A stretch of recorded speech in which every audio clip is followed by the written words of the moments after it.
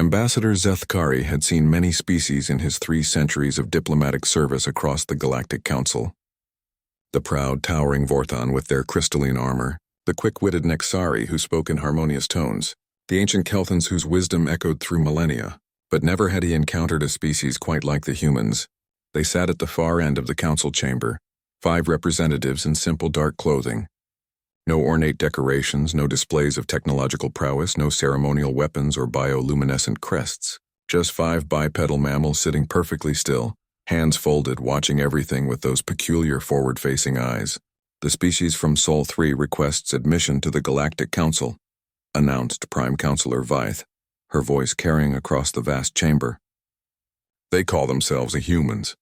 A ripple of what could only be described as amusement passed through the assembled delegates. The Vorthon representative, General Krixtal, stood with a grinding sound of crystal against crystal. With respect, Prime Counselor, Krixtal's voice resonated like grinding stone. What could this quiet species possibly offer the Council? They've been spacefaring for less than a century. Their ships are primitive. They have no great warriors, no advanced technology, no psionic abilities. The humans didn't react. They simply continued sitting, those strange eyes taking in everything. Counselor Vythe looked toward the human delegation. Ambassador, Sarah Chen, I believe, would you care to respond to General Krixtal's concerns? The human woman stood slowly. She was smaller than most species present, her movements economical and precise. When she spoke, her voice was quiet, almost gentle. General Krixtal is correct on several points, she said, inclining her head respectfully toward the towering crystal being. We are indeed new to space.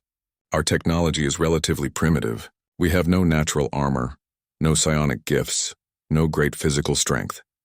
She paused, scanning the chamber with those unsettling human eyes. What we do have, she continued, is patience. Another ripple of confusion passed through the delegates.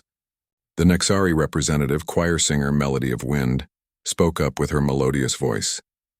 Patience is admirable, Ambassador Chen, but the Council faces threats from the Devourers beyond the galactic rim, resource conflicts in the outer spirals, and territorial disputes throughout known space. How does patience address these challenges? Ambassador Chen nodded slowly.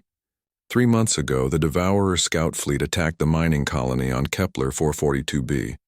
47 different Council species had mining operations there. The attack lasted 14 hours. The chamber fell silent. The attack on Kepler 442b had been a disaster. Thousands dead, the colony completely destroyed, and the Devourer scouts had vanished before any Council fleet could respond. During those 14 hours, Chen continued in that same quiet voice. Human observers recorded everything. Every Devourer ship movement, every weapon signature, every communication frequency. While others fled or fought valiantly and died, we watched. We learned. We waited. She gestured to one of her companions who stood and activated a holographic display. The chamber filled with detailed schematics, battle analyses, and tactical assessments that were more comprehensive than anything the Council's military had produced. We know how they move, Chen said. We know how they think. We know their weaknesses. General Krixtal leaned forward, crystal plates grinding. Knowledge is useful, but can your species fight? The Devourers respect only strength. For the first time, Ambassador Chen smiled. It was not a pleasant expression. General, may I ask about the Battle of Thermopylae? The translator struggled with the unfamiliar term before rendering it into galactic standard. Krixtal's optical sensors flickered in confusion. It was a battle on our homeworld many centuries ago, Chen explained. 300 warriors stood against an army of hundreds of thousands. They knew they would die. They stood anyway. They held their ground for 3 days against impossible odds, buying time for their people to prepare. She gestured again, and the hologram changed to show historical Earth footage. Battlefields. Soldiers, civilians standing against overwhelming odds. That is what we do, General. We are the species that sits in silence, that watches, that waits. But when we stand...